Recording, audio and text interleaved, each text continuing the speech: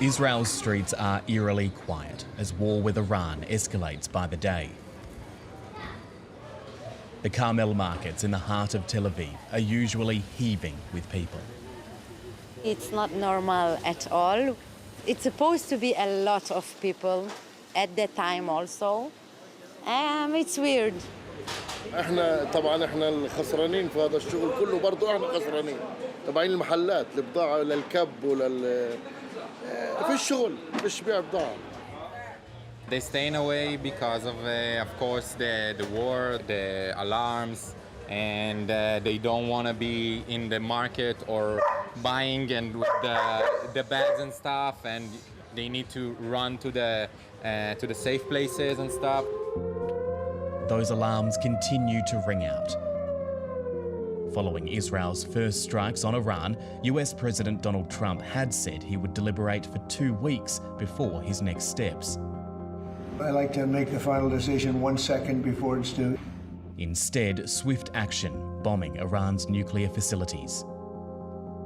Hours later, retaliation in the form of another missile barrage from Iran targeting Israel, hitting a number of buildings across the country.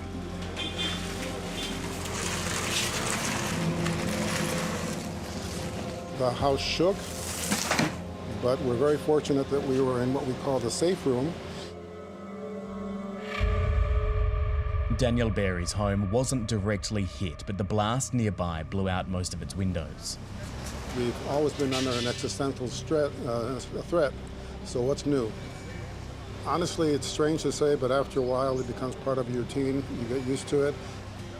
But Daniel believes the US intervention is welcome, even if it does signify a dangerous turning point in the war. I've always had qualms about Trump himself. I think he's acting in a very reasonable way. It's actually quite reassuring to know that we're not alone. This is the safe room in here. Daniel sheltered in this specially built room with his wife, 2 neighbours and dog. In the event of a gas attack, what you can do there is disconnect the dripping of the water outside the safe room, and then we put a bucket here to collect the water, and we can lock this. And in this particular case, the room shook rather violently. I think the room protected us far better than we'd expected. Israelis without access to private safe rooms are relying on public shelters like this tram station. With sirens so frequent, many stay here overnight. But in some areas of Israel, even public shelters are scarce. You can see it in East Jerusalem as well. There are very few public shelters, I think around 25 or so for about 400,000 people. Alon Cohen-Lifshitz is from BIMCOM Planners for Planning Rights, an organisation that addresses inequity in planning and housing in Israel. The Jewish community that don't have shelters or access to shelters are about, let's say, 14–15%, while the Arab community is more close to 60 or 70%. As we were talking to Alon, we too had to seek refuge. So we received an advance warning that a missile strike was coming in just as we were having a chat. So we've come over here to this school to use their shelter. It is available to the public, something which isn't necessarily the same right across the country.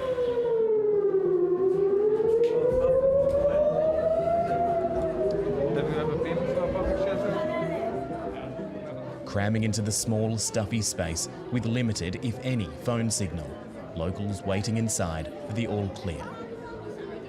You see how full it is, like there is not really enough space for everybody.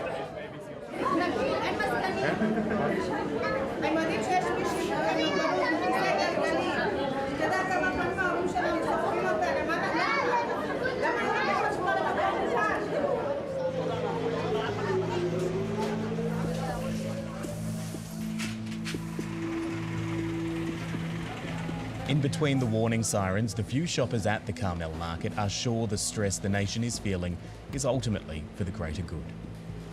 Even though we initiate this attack, it's for our own safety. I don't know, there is a really old line that we say, like, if we don't have the IDF today, tomorrow we're all dead.